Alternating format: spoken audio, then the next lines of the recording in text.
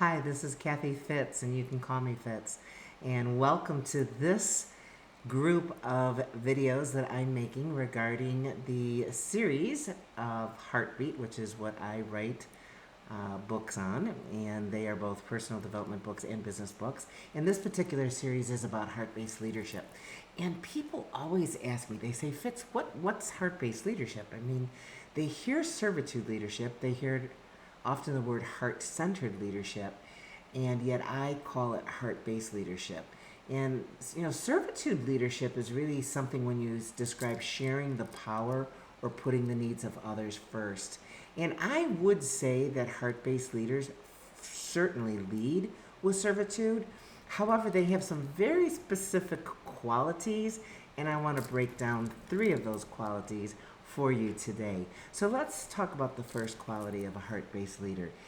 It's called being courageous, and they do not fear exercising courage in conversations that might be uncomfortable or even confrontational.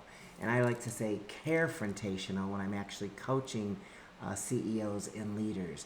So they don't hesitate or become codependent with a situation or constantly trying to fix it.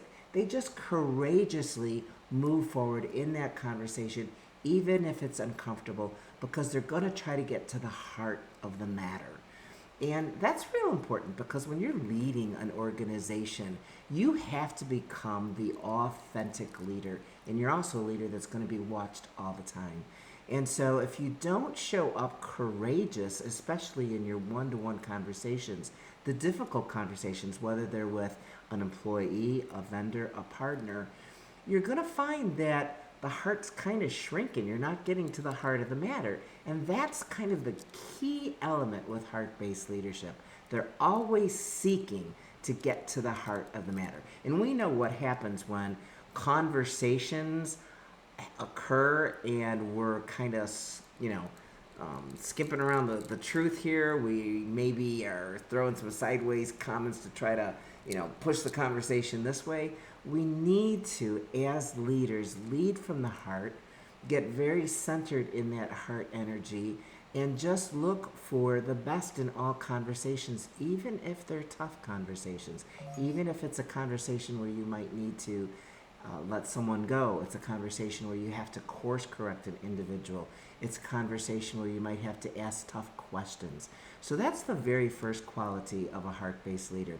They're courageous. And now remember, it takes multiple incidents, adventures, and situations of being courageous to where you can come really brave in your leadership.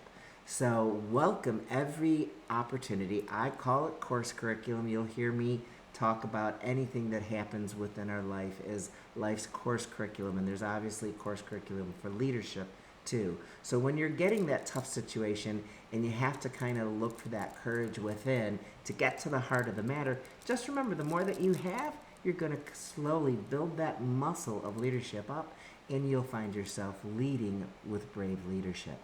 So now let's go to the second characteristic of a heart-based leader, and this is they have a keen sense of awareness, and they're always looking to advance that awareness.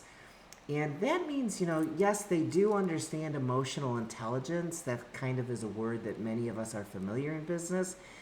I would say EQ is being able to understand my emotional state of being. If I engage with someone, I'm able to kind of understand and observe their state of an emotional, their emotional state. And then it's being able to maneuver the bridge between the two individuals or the leader in the group in an emotional way. We're observing more than we're just taking in the feeling and acting on it or getting triggered by it.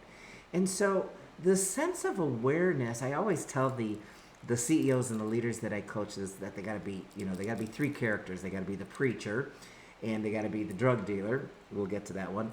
And they have to be the psychologist. And that's the awareness. So now let's just break that down a little bit. The preacher, the person who is ministering to a flock of parishioners, is very aware and observant. They might be at the front of the church at the pulpit, giving a sermon, teaching, training, whatever it is, and someone walks into that back of that church or that synagogue, and they are aware, they're observant. Their heart is kind of taking a read of the congregation. They're using their own innate intuitive intelligence and the God whispering within them to actually be very aware of who might need the conversation afterwards. They are constantly in the observant awareness mode. So when I tell my CEOs and leaders that I actually am mentoring, I tell them, you have to be like a preacher. You got to be observant. You know, it might be your employees are your flock. It might be your vendors. It might be the community that you serve. You need to be really in tune to who they are. Then the second thing about advancing that awareness and being very observant and having emotional intelligence is I say you got to be a psychologist. You know, you have to kind of break things down and know a little bit of how psychology works and human behavior and how to change human behavior and how to relate to certain human behavior. Because when you're the leader of a company, you're basically trying to steer that ship, and you're going to steer it through some really rocky times and times of uncertainty, times where things are shifting. And the people who work for you, they might not be the leader like you are. They might have come from a family where they were a very fearful family. They might be one who is triggered. You never know the situations until you really have those really good heart-based leadership conversations with them. So you have to observe, somewhat like the psychologist, what is really happening here. And I've subscribed to Psychology Today for years and years and years to help me in my leadership. And I really think that being able to understand the psychology of human behavior really helps you. So you got to be a psychologist. Now, I also say that in this awareness, in this observation mode of being the leader, you also got to be a drug dealer. Now, here's why I say drug dealer. That's because you got to release oxytocin and serotonin. And oxytocin is the feel good drug, right? And serotonin is kind of what keeps our whole body systems in line. Oxytocin is when you high five someone. Oxytocin is the pat on the back. Oxytocin is getting your team together and making sure that they actually call out something that they observe because they're following you, and they might be mimicking what you're doing, but they observe another employee's great behavior and they appreciate them. And serotonin is really being able to acknowledge people in front of others. So when you think of oxytocin, I always think of the elderly because I have a real strong heart for the elders in our life and also the young children and the forgottens and those who are not belonging anywhere. So hug your elderly people because it releases oxytocin in your brain and in theirs. Shake the hands of someone in your company that maybe you don't know if your company is big enough that you don't have the first name of everyone.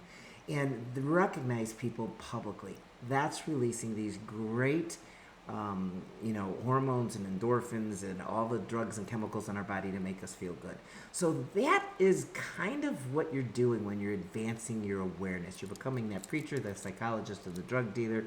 You're observing, and you continually advance the awareness. You know more, and then you're going to keep seeking more and more because you, again, need to get to the heart of the matter, being a heart-based leader.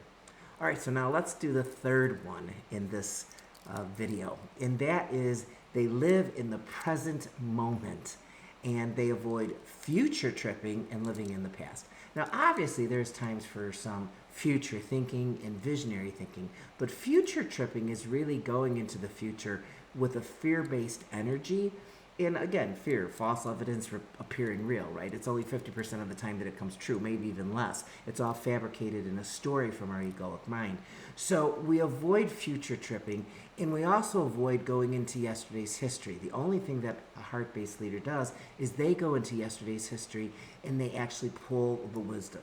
So when I sit with a CEO or a president and I begin coaching, most of the times during that one-to-one session, right as we are starting it, I want them to sit in the energy of the present moment. So I'll say, sit in the seat of your soul. I just want you to take some, deep breathing. I want you to be present. I want you to be being right here, right now, instead of doing.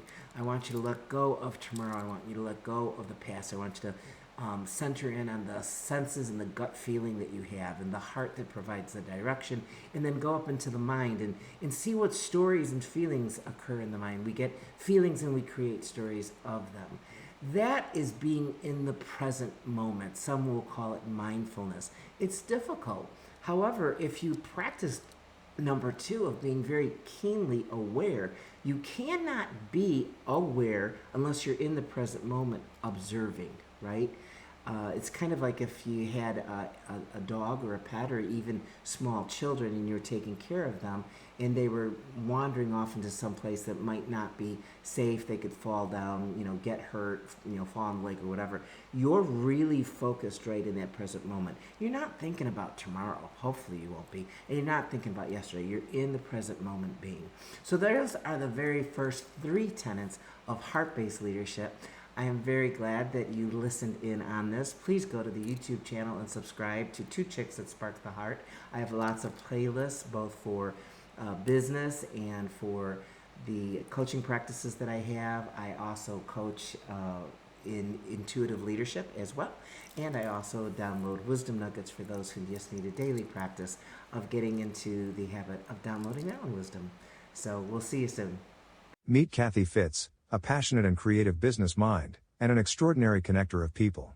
Using her intuitive gifts as a guidance system, Fitz always has multiple adventures in focus, both in the business world and in her personal life.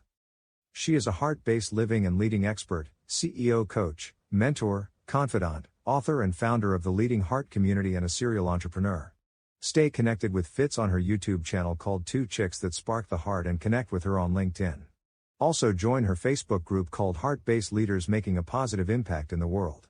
We look forward to connecting and hearing from you.